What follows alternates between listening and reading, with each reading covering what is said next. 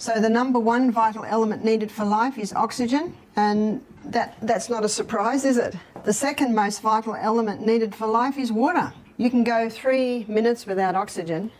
You can go a couple of weeks without water. I always thought it was 3 days without water until I read a book called The Long Walk about some people who were escaping the Siberian work camp, and they were in the desert and they went nearly 2 weeks without water. Water is the second most vital element needed for life. In fact, where there's no water, you don't usually get people living, do you? We have to go to the third most vital element needed for life, and that is sodium. The fourth most vital element needed for life is potassium.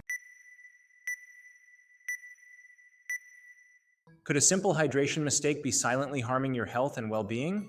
You may be drinking water every day, but are you hydrating the right way? In this video, we'll uncover the surprising truth behind a common hydration mistake that could be slowly damaging your body from the inside out. Barbara O'Neill, a renowned health educator, reveals how improper hydration might be contributing to fatigue, high blood pressure, and even chronic illnesses. Stay tuned to learn how to fix this mistake and start hydrating for optimal health. As Barbara O'Neill highlights, water is the second most vital element for life, right after oxygen. Its significance is undeniable, not only because of its role in everyday bodily functions, but also due to its life-sustaining properties. Historical accounts, such as those from The Long Walk, vividly illustrate water's importance, with some individuals surviving nearly 2 weeks without it in extreme circumstances. These stories emphasize how crucial water is for survival and optimal health. In fact, the human body is composed of approximately 60% water. While the average person can only last about 3 days without it under typical conditions, this duration can fluctuate based on environmental factors and individual health. The role of water extends beyond just hydration. Its interaction with other essential elements, such as salt, is key to maintaining overall well-being. Understanding this interaction is crucial in preventing common health issues like dehydration and high blood pressure. As we move forward, we'll dive deeper into how these vital components work together in maintaining a healthy, balanced body. Barbara O'Neill emphasizes that many people experience symptoms like swollen feet or frequent trips to the bathroom, mistaking these as signs of excessive water intake. However, these are often due to improper hydration, where the body fails to absorb water effectively into the cells. This isn't just about drinking more water. It's about ensuring that your body properly utilizes the water you consume at a cellular level. Dehydration is more complex than simply not drinking enough water. Barbara explains that it also involves the body's inability to properly transport water into the cells where it's needed most. This can be due to mineral imbalances, particularly sodium and potassium, which we'll explore in the next section. I always say to people, how much water do you drink? And these are some of the answers. I don't like water. If I drink water, my feet swell. If I drink water, I'm going to the bathroom all day. Those last two answers tell me that the water's not getting inside the cell. So how do we get the water inside the cell? We have to go to the third most vital element needed for life, and that is sodium. The fourth most vital element needed for life is potassium. Research published in the Journal of Human Nutrition and Dietetics supports this by highlighting the importance of proper hydration for cellular health. When water isn't absorbed efficiently, the body cannot function optimally, leading to complications like swelling or excess urination. According to health guidelines, the average adult should drink between 8 to 10 glasses of water daily, depending on factors like activity levels and climate. However, as we'll discuss, simply drinking this amount may not be enough without considering the balance of minerals that allow water to be absorbed into the cells effectively. Building on the importance of hydration, Barbara O'Neill explains that sodium and potassium play a critical role in regulating how water is absorbed and utilized by the body. According to Barbara, these are the third and fourth most vital elements for life, and they work together to maintain the body's fluid balance. Without the proper balance between sodium and potassium, the body cannot effectively move water into cells, leading to dehydration and related health issues. At the core of this balance is the sodium-potassium pump, a process that regulates fluid movement. Sodium is primarily found outside the cell, while potassium resides inside. This delicate balance is crucial for cellular function, controlling fluid exchange and ensuring the body operates at its best. An imbalance in these minerals can disrupt this process, leading to problems like water retention or high blood pressure. The highest concentration of mineral inside the cell is potassium. The highest concentration outside the cell is sodium. And in this bilayered membrane that is around every cell, there are sodium-potassium pumps. And these sodium-potassium pumps are ever going like this, maintaining the balance between potassium and sodium. But when someone's not eating enough fruits and vegetables, and that's where you get most of your potassium, and they're putting table salt on everything far too much, what happens now is sodium levels rise and potassium levels drop. There is a small amount of sodium in the cell, but when this happens, you see osmosis and diffusion happens when the highest concentration merges into the lowest. So now sodium levels inside the cell are rising, which they should not, and the cell swells. What's that called? High blood pressure. The doctor is right. Research published in Clinical Physiology and Functional Imaging underscores the importance of maintaining a healthy sodium-potassium balance, particularly in preventing conditions like hypertension. Excess sodium in the diet, especially from processed foods, can easily upset this balance. 90 to 95% of the sodium in a typical diet comes from processed foods, making it easy to consume too much and cause imbalances which hinder proper hydration. Transitioning from the importance of sodium and potassium balance, Barbara O'Neill emphasizes the dangers of using table salt, which consists primarily of sodium chloride and lacks other essential minerals. According to Barbara, table salt can disrupt the body's natural fluid balance and contribute to high blood pressure. This is because table salt is stripped of beneficial minerals that help regulate the body's hydration levels and support cellular function. On the other hand, Celtic salt, a natural unrefined salt, contains 82 minerals, including magnesium, which plays a critical role in hydration.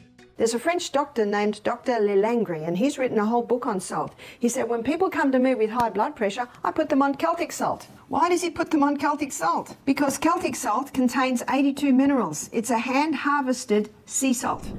Barbara highlights how magnesium is a water-hungry molecule, helping to pull water into the cells and improve hydration. Unlike table salt, Celtic salt supports the body's ability to maintain proper fluid balance and can even assist in managing blood pressure more effectively. But I prefer the Celtic salt, and one reason is that the Celtic salt has 3 magnesiums. It contains magnesium chloride and magnesium bromide and magnesium sulfate. Magnesium is a water-hungry molecule, and this explains why the Celtic salt is such a moist salt, especially when we've had a lot of rain, because those 3 magnesiums absorb the moisture. And because magnesium is a water-hungry molecule, it can be used to help the water get into the cell. Research published in the American Journal of Hypertension supports these claims, showing that unrefined salts like Celtic salt can improve hydration and reduce the risk of high blood pressure. The study found that replacing table salt with natural salts helped reduce blood pressure by up to 10% in individuals with salt-sensitive hypertension. This underscores the value of switching to healthier salt options for better overall health and hydration. Transitioning from the benefits of Celtic salt, Barbara O'Neill emphasizes the importance of magnesium, a key mineral found in Celtic salt, which plays a crucial role in cellular hydration. Magnesium is often referred to as a water-hungry molecule because it has the unique ability to pull water into the cells, ensuring that the body remains properly hydrated. Without adequate magnesium, the cells may not efficiently absorb water, leading to dehydration, even if one drinks sufficient water. Research published in Nutrients in 2017 supports this claim, linking magnesium deficiency to poor hydration and an increased risk of cardiovascular diseases. The study underscores the role of magnesium in helping regulate fluid balance within the body, contributing to better heart health and overall well-being. In the US, up to 50% of people are magnesium deficient, significantly affecting their ability to stay hydrated and maintain proper bodily functions. This deficiency can have a cascading effect on various health outcomes, making it crucial to ensure adequate magnesium intake, whether through diet or natural salts like Celtic salt. Barbara O'Neill emphasizes the importance of developing proper water drinking habits to ensure optimal hydration. Rather than consuming large amounts of water at once, she advises that water be sipped slowly throughout the day. This approach mimics nature's gentle rainfall, where light and consistent rain is absorbed by plants more effectively than a sudden downpour. Similarly, the the human body absorbs water more efficiently when it's taken in gradually. I think I mentioned earlier, I drink half a glass as soon as I get up. I go to the bathroom, I drink another half glass. Then I get dressed and have another half glass. But when I start every glass, I have that little bit of salt. So you spread the water over the day. And many people have said to me, thank you so much, that has made a big difference. See, huge water in, it's not long before huge water has to come out. It's like watering a plant. And look how God sends the rain, little by little by little. And when there's a tornado, when there's a torrential downpour, that's when the soil gets washed away and flooding can happen. Research published in the Journal of Physiology supports this, highlighting the risks of drinking too much water too quickly, leading to water intoxication. This condition dilutes essential electrolytes in the body, potentially causing imbalances that affect overall health. By following Barbara's advice and spreading water consumption over the course of the day, the body can maintain proper hydration without overwhelming its natural balance. Barbara O'Neill highlights the crucial role of sodium in transporting glucose into cells, which not only affects hydration, but also influences the body's energy production. Sodium works with potassium to facilitate glucose absorption, helping cells generate energy efficiently. However, when the balance between sodium and potassium is disrupted, often due to excess sodium intake, this can lead to high blood pressure as water gets retained inside cells. So sodium not only is required to get the glucose into the blood, it's also required to get the water into the cell. So it's sodium. It's the third most vital element needed for life. And you can get that information on the 4 vitals in any anatomy and physiology book, chemistry book, biology book. I'm just giving you the facts here. So as you can see, water is very important, but so is the salt. And again, the potassium is found in all your fresh fruits and vegetables. Supporting this, research published in the Journal of the American Medical Association, JAMA, reveals that high sodium levels are responsible for about 34% of hypertension cases worldwide. The excessive consumption of sodium, primarily from processed foods, is a significant factor contributing to this imbalance. Globally, 1.13 billion people suffer from high blood pressure, frequently tied to sodium intake. By addressing this imbalance through diet and better salt choices, such as switching to unrefined salts, individuals can help manage their blood pressure and improve their overall health. Barbara O'Neill emphasizes the critical role of potassium, which is abundantly found in fruits and vegetables, for maintaining the body's sodium-potassium balance and ensuring proper cellular function. Potassium helps counteract the effects of excess sodium in the body, preventing high blood pressure and promoting overall cardiovascular health. Research published in The Lancet supports this claim, showing that potassium-rich diets can reduce the risk of stroke and heart disease by 24%. Despite these benefits, less than 50% of adults meet the recommended daily potassium intake, as the Centers for Disease Control and Prevention, CDC, reported.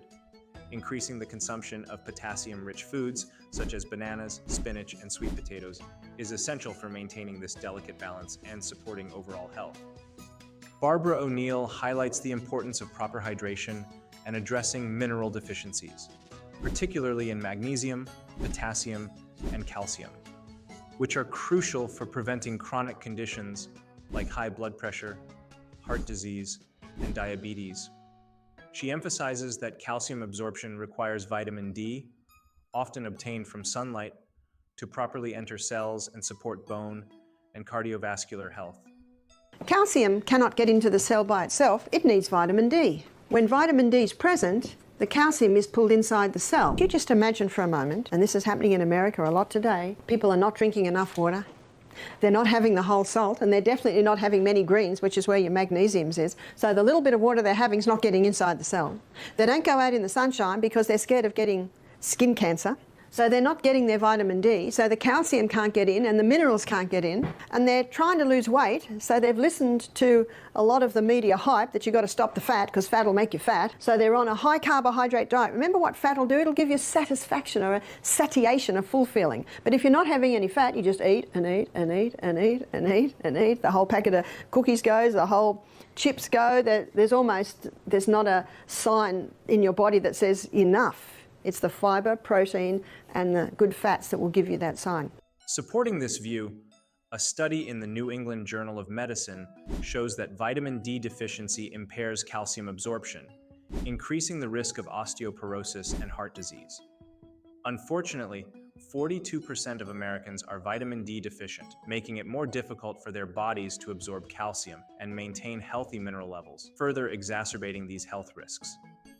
Barbara O'Neill explains how dehydration affects various body systems, leading to issues like saliva overproduction, a thinning mucosal lining in the stomach, headaches in the brain, arthritis in the joints, and impaired oxygen exchange in the lungs. These symptoms reflect the body's struggle to function without proper hydration. So let's begin at the mouth. Did you know that in a state of chronic dehydration, too much saliva is produced? Some people think a dry mouth is a sign of dehydration. It is, and too much saliva can be a sign of dehydration. And Dr. Batman Geheldi, he showed that the first place that we feel that water loss, if we're not replacing the water, the body goes into a form of drought management. And it releases a hormone to manage this drought management. It's called histamine. And if someone has an allergic response to something, what are they given? Antihistamines. You know the best antihistamine is just water. So the first place that water is taken from to try and maintain full blood volume in the veins and arteries is the lining of the stomach. We have a thick mucosal wall lining the stomach, and so now we've got a very thin mucosal wall. Now in that mucosal wall there's sodium bicarbonate, and the sodium bicarbonate is in the mucosal wall to neutralise any stomach acid that might try and get through, and basically protect against stomach ulcers. Supporting this view, the Journal of Physiology confirms that dehydration impairs cognitive function and can lead to increased joint pain due to the loss of synovial fluid that cushions the joints. Furthermore, a study in the British Journal of Nutrition shows that even mild dehydration can reduce mental performance by 10 to 20%, underscoring the importance of staying hydrated for optimal physical and mental health. Barbara O'Neill emphasizes that drinking enough water and consuming the right minerals play a critical role in maintaining hydration, preventing diseases, and supporting overall health. The simple yet powerful combination of water and mineral-rich salts, like Celtic salt, can enhance every bodily function, from cellular hydration to reducing high blood pressure. This natural method of health maintenance is often overlooked, but offers profound benefits for those who incorporate it into their daily routines. As a final thought, Barbara reminds us that hydration, combined with a focus on natural salts and potassium-rich fruits and vegetables, is crucial for maintaining a healthy balance in the body. Viewers are encouraged to take control of their well-being by paying attention to their water intake and making conscious dietary choices to support optimal health. Prioritize hydration, switch to natural salts, and increase your consumption of fruits and vegetables to improve your body's balance and overall health. While improving hydration and mineral intake can be beneficial, always consult with a healthcare provider before making any significant changes, particularly for those with chronic conditions such as high blood pressure or heart disease.